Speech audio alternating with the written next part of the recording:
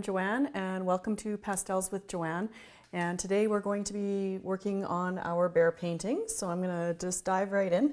Today we're going to fill in this background area that still has no pastel on it yet at all. So this area right in here, this is still the original suede mat board that I do most of my chalk pastel paintings on.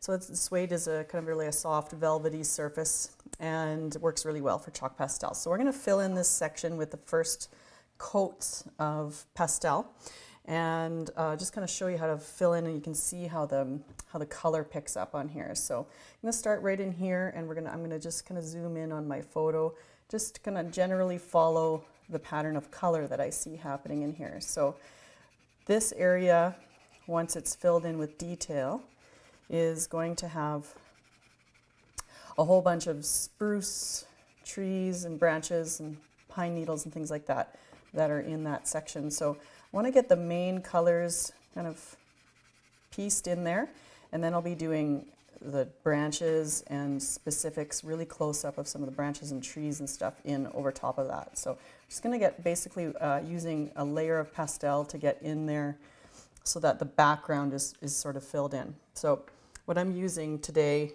are chunks to start off with, and the chunks are a softer pastel.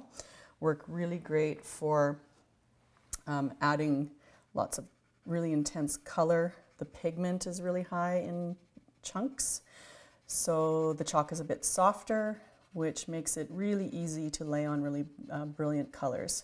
So if you want the color to really show up really well, you want to get some really bright, intense colors, or dark darks, or really bright lights. That's what the chunks work really, really well for. So I'm just going to add in a little bit of dark brown and some of this light green mixture in this section, just to try and get a little bit of that impression of kind of blurry tree branches that are in the back, so that what is in behind reads as kind of blurred out trees. I'm going to take a dark green now. And so I'm following my photo reference, sort of. I'm just kind of generally following the pattern and the color that I see happening in the background, and laying those colors in just really quickly.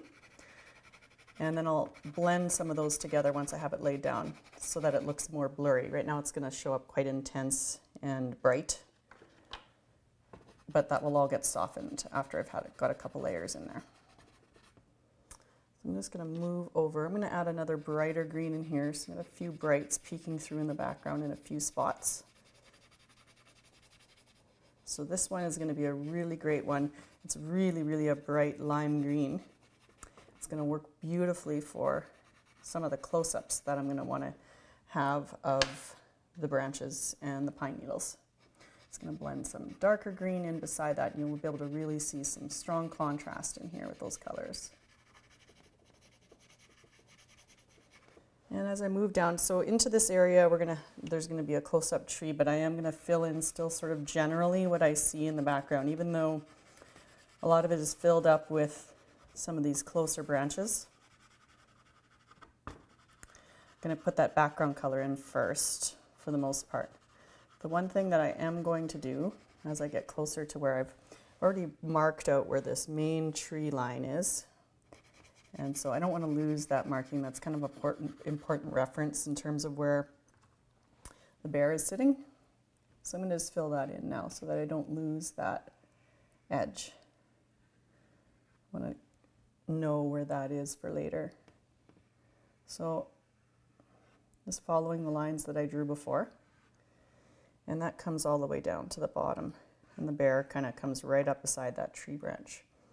And it ends up right, actually kind of in front of him as it gets to the front of the painting in here. So I'm gonna just fill that in so that I have that reference point, and that will get detailed and touched in later. This is just a first layer that helps me to not lose where my reference point is. We will put a whole bunch of background stuff in and around this shape.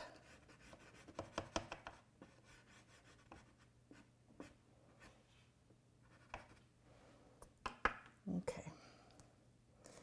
So now that I have that in there, I'm going to come in with a little bit more of this medium green. And I'm not worried about, I'm going to go right up against that tree trunk. I'm overlapping it a little bit, and that's fine because later on we're going to come back in and fill that in. But even though I'm overlapping it, I can still see where I marked in that tree branch because that color that I used, that dark brown, is nice and dark, so I can still see it really well. And pull a little bit of lights in over top of this medium green.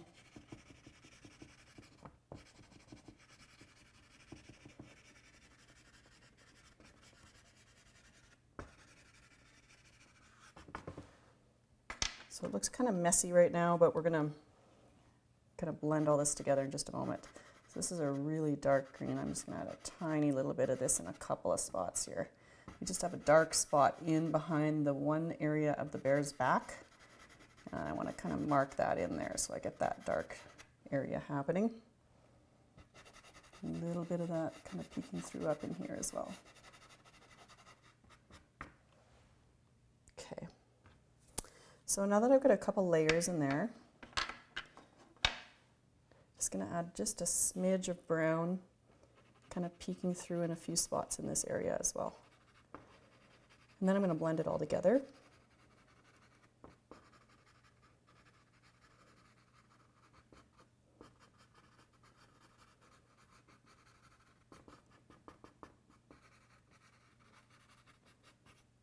Okay. Just going to move this down here. I'm going to really firmly kind of hold on to my board and to my piece of suede. When I go to blend this together, really putting a lot of pressure to get a nice mix of these pastels. So it is soft pastel, so you can see the chalk.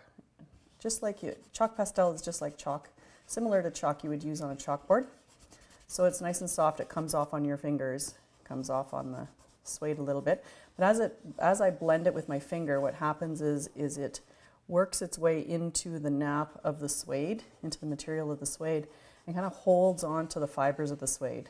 And that's why suede mat board works so well for pastel paintings, because it gets really worked in and into the fibers of the suede and stays there. And because of that, it'll take lots of layers of pastel,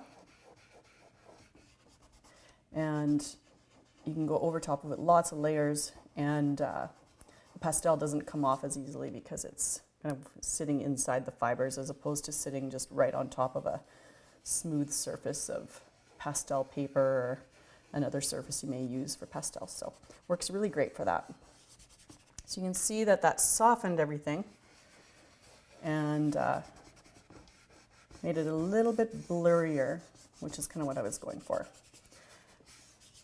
Because I put that brown in there last, it's looking quite a little bit too brown, so I'm just going to take just a tiny little bit of green. I'm not going to totally cover up the brown. I'm going to come in beside it, over top of it in a few spots, just to break it apart a little bit so there's not quite so much of it showing.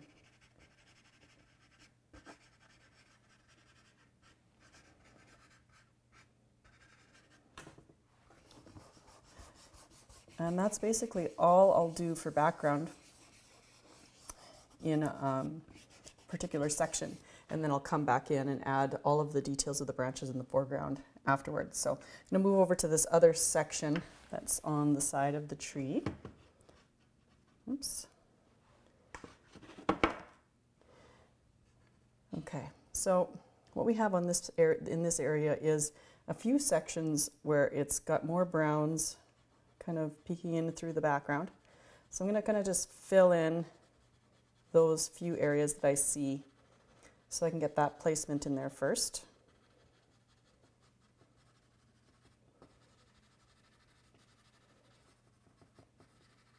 And I'm just sort of following generally. It's kind of, it's a bit random, but I am generally following the shapes that I see. So I'm just kind of looking at this dark area as a shape.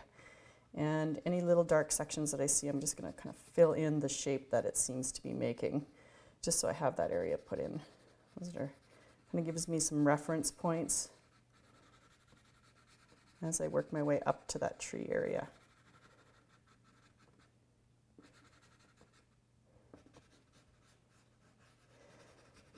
There's going to be a lot of color change that will happen in here too as I put more details into this section.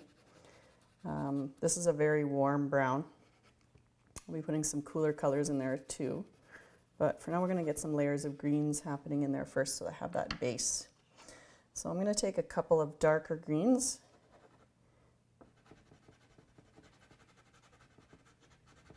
This is a really nice forest green.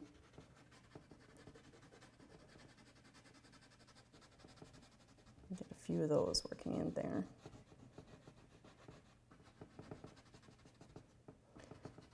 Still just kind of going with the shapes that I'm seeing.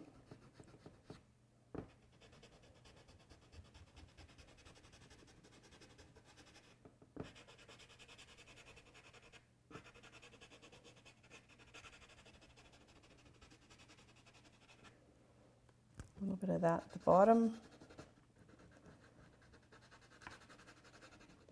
And I'm kind of looking, as I fill in the shapes of sections of colors, I'm also sort of looking at the texture as well. So that's determining how I'm applying the pastel to the suede. So what I mean by that is the really quick up and down motion that I'm making, the kind of the jiggling motion to create kind of a textured sort of look in there.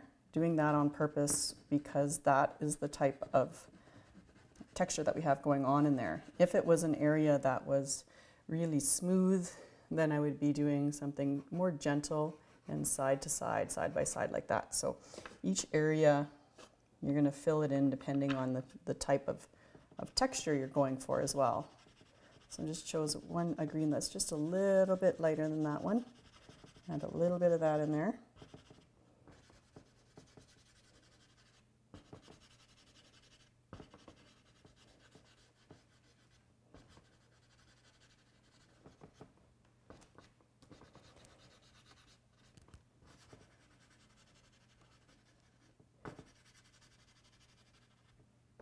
Fill some of that in on the top as well.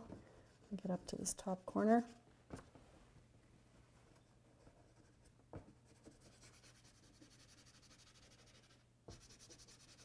So I'm going to get a good layer of that up in this top corner, and then I'll be pulling in some more of those lighter lime greens up in here. So in this area, this one, it can be a little bit smoother because I'm going to come back in with a textured area over top. So I'm just going to kind of fill that part in there. And now I'm going to take my sort of a medium lime green, and I'm going to go in with the textured type of application now, right over top of that.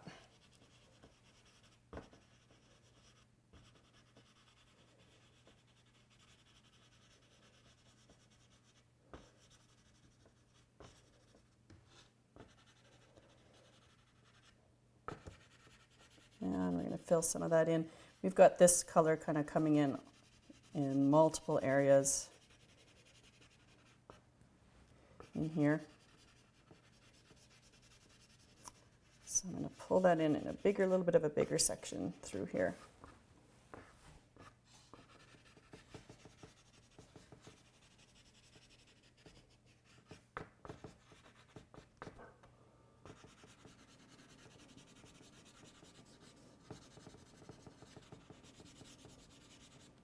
And I need a little bit more of my browns in this little bit in here.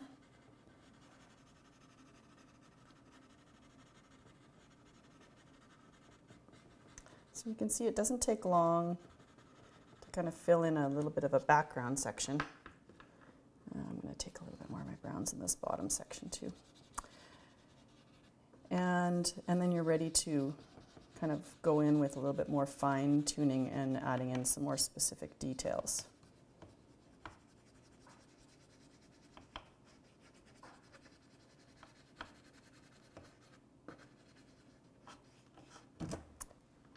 Add a little bit more of my lime green into this bottom section.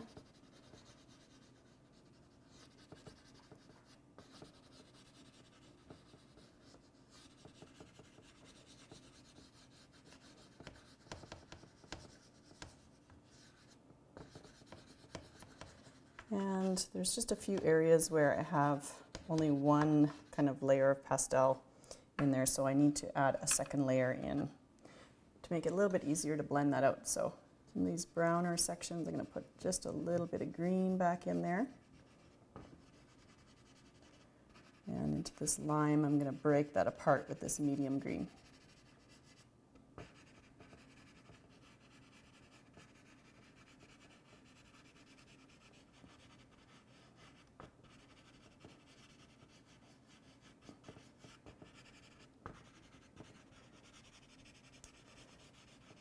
And that's just going to make it easier for it all to sort of blend together so that we get that blurry look that we were going for up in here. Take some more of my really bright lime green, and I'm going to come right in to this section with that right before I blend.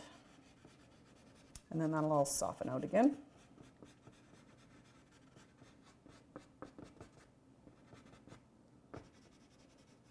Just in a few spots where we have some of our brighter colors peeking through.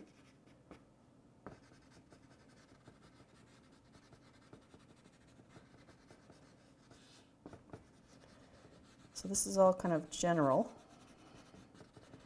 I'm going to get more specific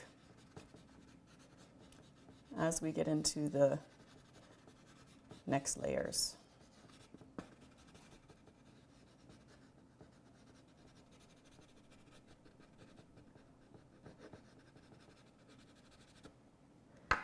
Okay, so again, I'm just going to use my finger now. Normally, if I didn't want the dark pastel that's on my finger to rub off onto the lighter color, I would have to wipe my hand. But because I'm blurring all of this out anyway, having that on my finger isn't going to hurt anything because I'm blending right over top of lights and darks all together so that it all just kind of pushes back so the edges of each color that I've applied are not so sharp.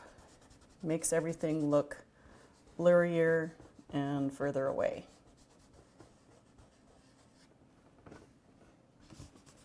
So again, you're just going to really a firm pressure on the suede when you use your finger to blend really helps to work the pastel into the fibers of the suede really nicely. So it gets a really nice first layer in there. So once you have that worked into the fibers of the suede, and you want to go back over top with pencil pastels, it picks up a lot easier. You're able to get lots of really fine details in there, nice and easy.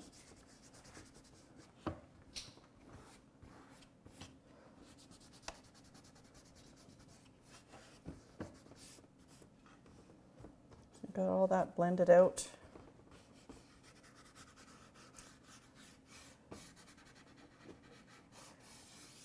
So that fills in most of that section with background. I do have one other area kind of in between the legs of the bear here that's going to take just a tiny little bit, oops, not the dark green, I want my medium green, and some browns into that area also. And that needs to be filled in before I get into any fine detailing with the bear's fur in that area, because we want the background area to be in there and kind of finished so that when I come in there and put the fine tuning of that fur in, I can come right over top and actually overlap the background with the details of the fur. So I'm going to get that kind of pieced in there. And really blend that out. And when I blend that out, it's going to overlap into the fur a little bit. That's okay, because I still have to come back in and add several layers of fur in that section, which is going to push it all back and get crisp fur details coming in over top. So a little bit of brown needs to come in here. It's going to come right to the bottom of my painting while I have that lifted up.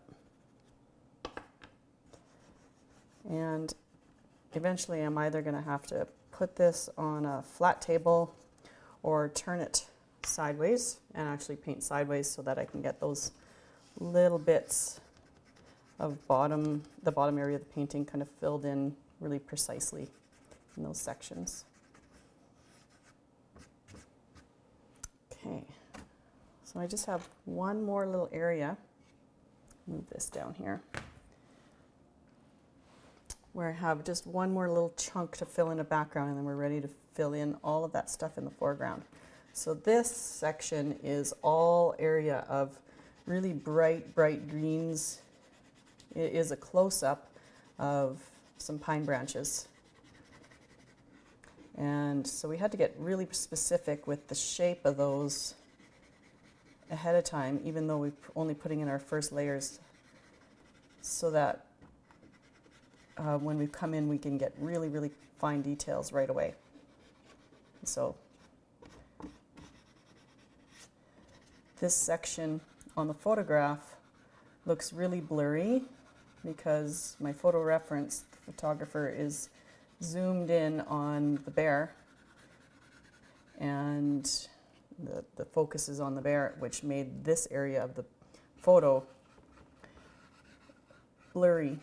And so what I will be doing is using a second photo reference of close-up pine branches similar to these. Fill this in because I will not keep it blurry. One of the things that you want to do as an artist when you're doing photorealism like this is you have to do some things that make sense visually as opposed to what a camera would do. So even though it makes sense in the photograph for those branches to be blurry, it does not make sense to the viewer. If the viewer were to be seeing this in real life, the branches would be crisp and clear because they're closer to the viewer. So because of that, when you turn that into a painting, in the painting you need to have that detail in there or it doesn't read well. So I need to get a second reference so that I can do a really good job of getting those close-up branches in there nice and accurately. So I'm just adding a second layer of these really bright lime greens for that area so that I can come back in and get started on the details with those. And you can I'm just following my photo by putting in where I see the lighter sections of these branch shapes, which is kind of all I have to go by from this photo anyway because it is blurry. So I'm going to put that in, and then I'm going to just add a little bit of those in-betweens in there, and then we'll be good to blend that out, and that part will be ready to go as well.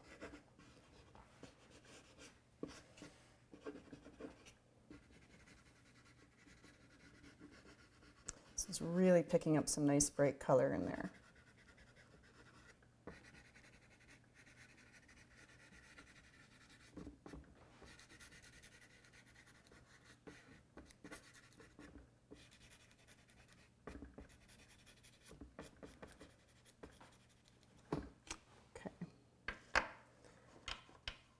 All right, so I'm going to kind of look at my background now and just fill in just a little bit more in those in-betweens, and then we're good to go with that too. So the rest of this tree trunk is nice and dark in here, which I started before. I'm going to kind of come down and carry that through a little bit.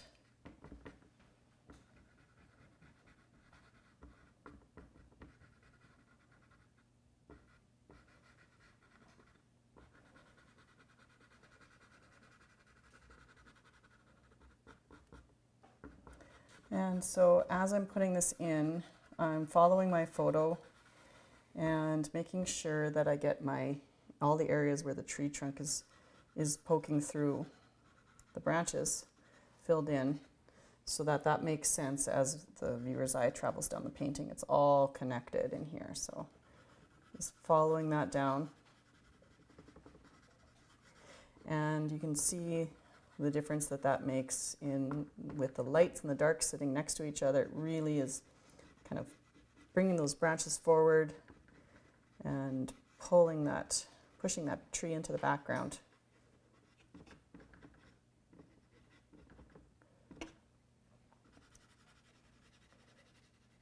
So just going to add an extra layer in here. some of these are dark in here.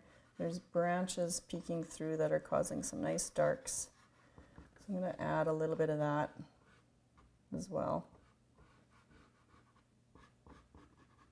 This is part of what we started before in this area in here. And we'll get really specific with those when we come in with the pencils.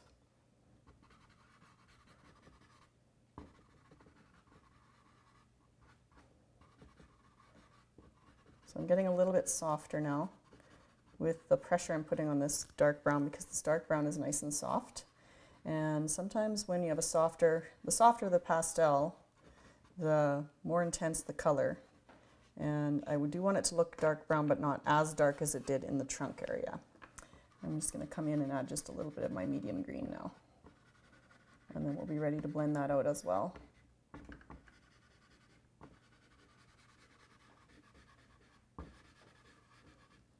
And a few of the lime greens will have to go in there too.